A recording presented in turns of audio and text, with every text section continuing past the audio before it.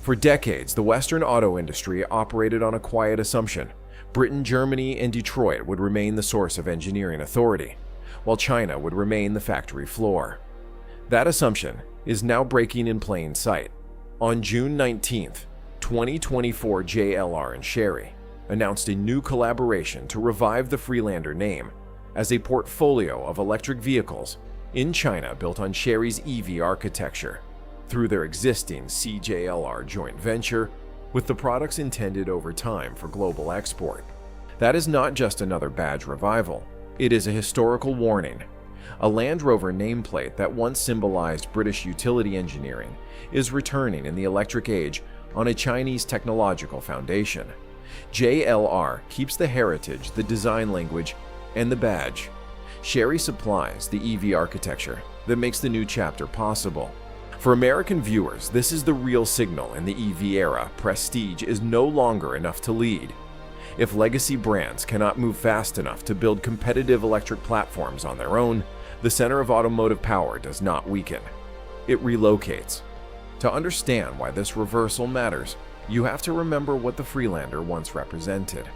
When Land Rover unveiled the all-new Freelander in 1997, it was not presented as a compromise vehicle or a watered-down toy for suburban buyers. It was a strategic engineering move.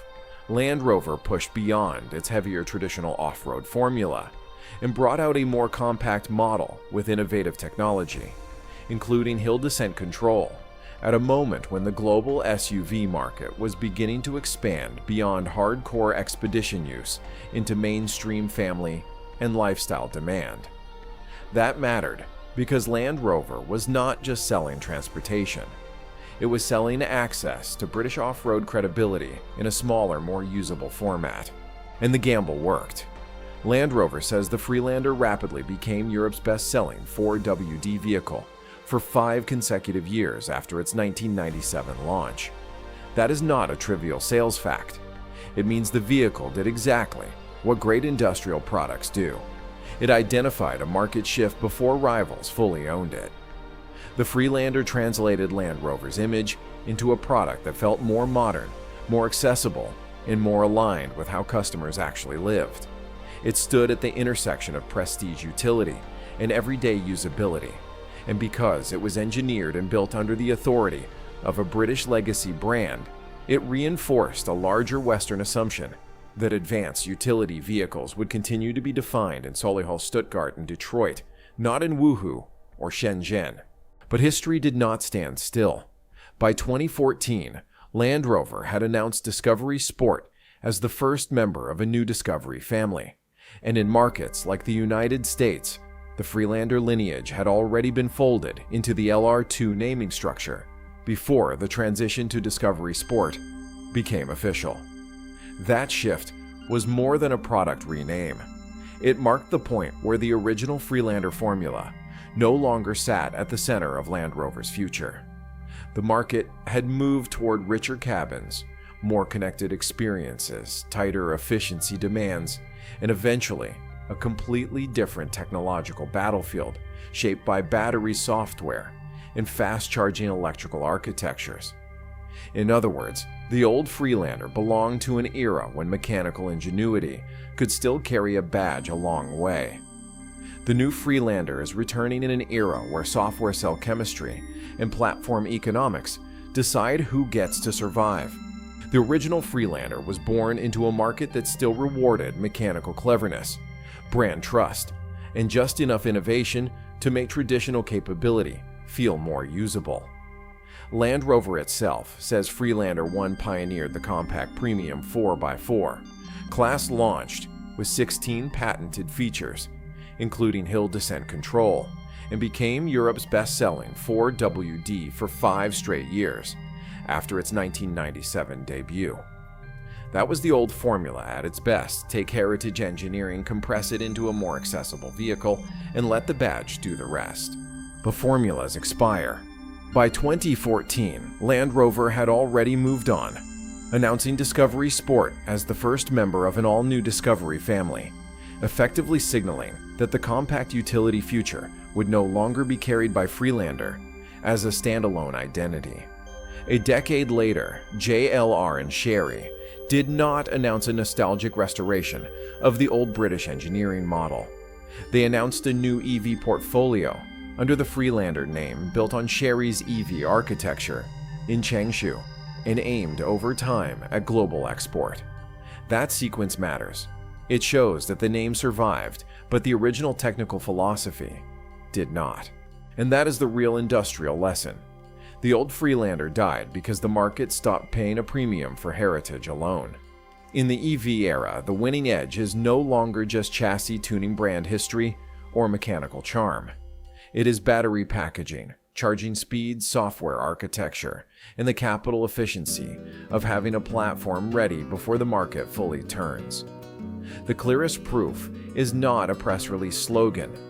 It is the fact that JLR chose to revive a British icon on top of a Chinese EV foundation, rather than rebuild the old formula from scratch.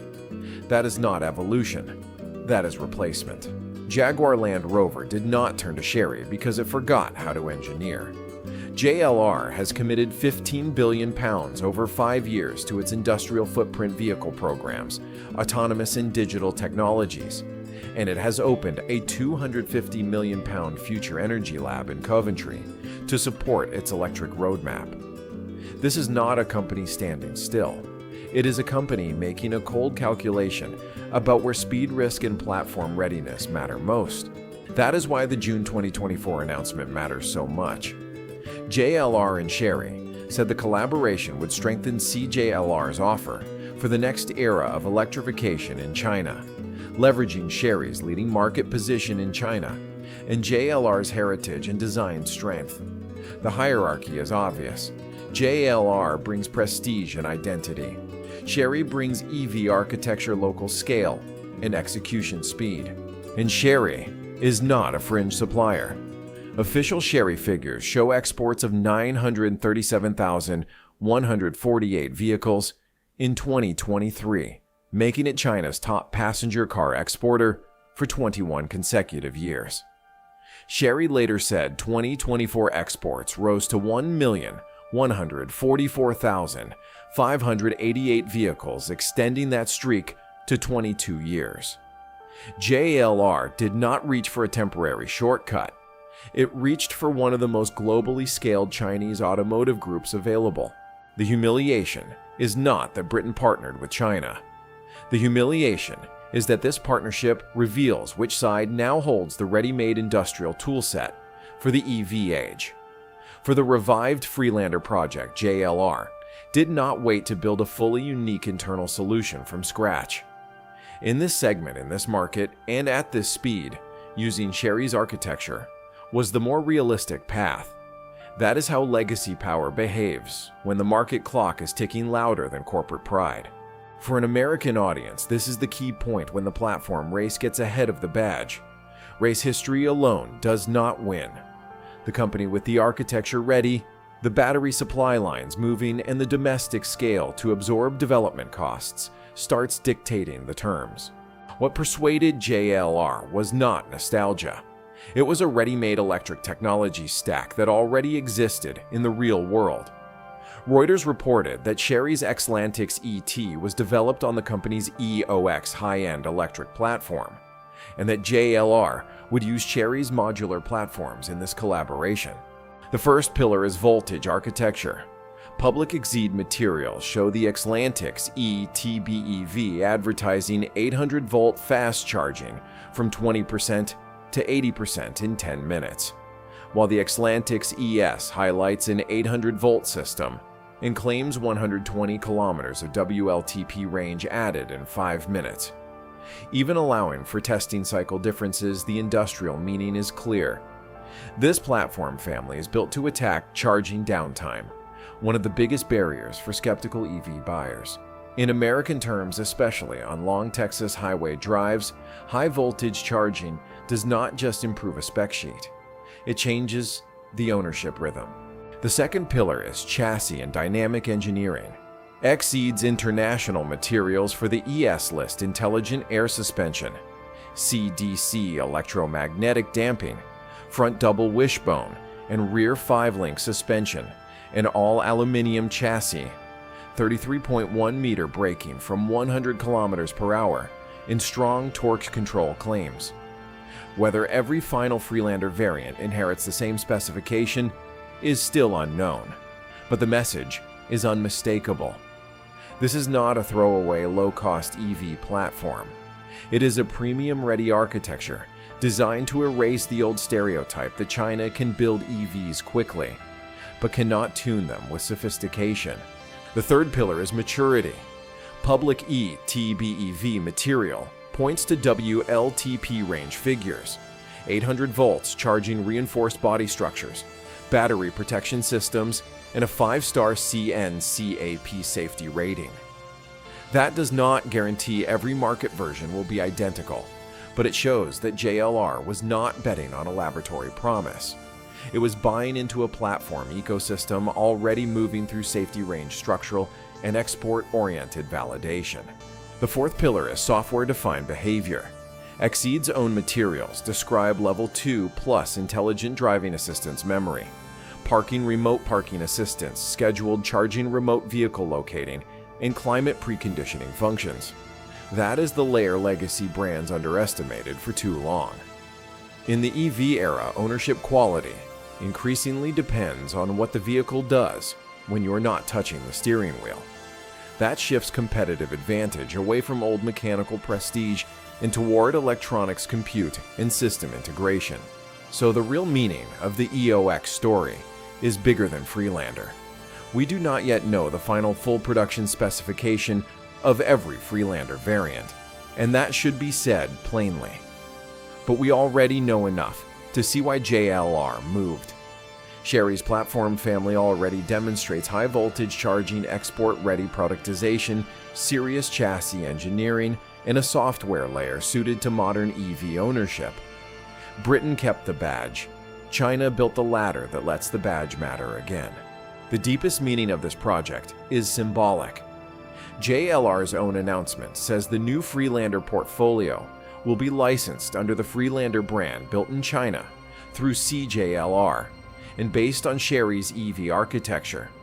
At the same time, JLR frames its own contribution around heritage and design strength, while Chery is positioned as the side with market scale and technical leverage. One side supplies emotional equity. The other supplies the technological foundation that makes the product viable in the electric age. That is why this is bigger than one revived SUV. For decades, many Western automakers assumed that if Chinese firms rose, they would rise first through low-cost manufacturing, then through scale, and only much later through true platform authority. The Freelander case suggests that sequence has accelerated. The technology is no longer sitting quietly in the background as support. It is the central asset around which the legacy badge is being reorganized. For American viewers, this should sound uncomfortably familiar. In the EV race, a logo cannot charge a battery, a legacy reputation cannot shorten platform development, and nostalgia cannot substitute for electrical architecture. The returning Freelander may still look British and speak in the visual language of Land Rover, but the industrial meaning is harder to escape. The badge may still come from Britain, yet the systems that carry it into the next era now come from China. And that is the real reversal. The old order was built on the assumption that Western brands defined the future and emerging players followed. The new order looks different. The legacy brand protects the mythology. The Chinese partner provides the latter back into relevance. The most dangerous mistake Western executives can make now is to treat the Freelander revival as a clever one-off licensing deal. It is not. JLR's statement makes clear that this is a new model collaboration for the electrified era in China, built through CJLR and based on Chery technology, with long-term export ambition. Reuters also reported that Chery's EOX platform sits underneath this shift. For consumers, the result may be compelling.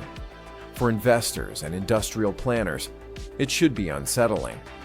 Once a British icon can be revived on a Chinese EV foundation, the old hierarchy is no longer merely under pressure. It has already been breached. The badge still carries memory, But the battery architecture, the software logic, and the execution speed now determine who carries the future. And that is the warning for America. If legacy brands keep assuming that history itself is a moat, they will discover too late that the moat has already been bypassed. The future of the automobile is no longer being defended by heritage alone. It is being seized by whoever can industrialize the next platform first.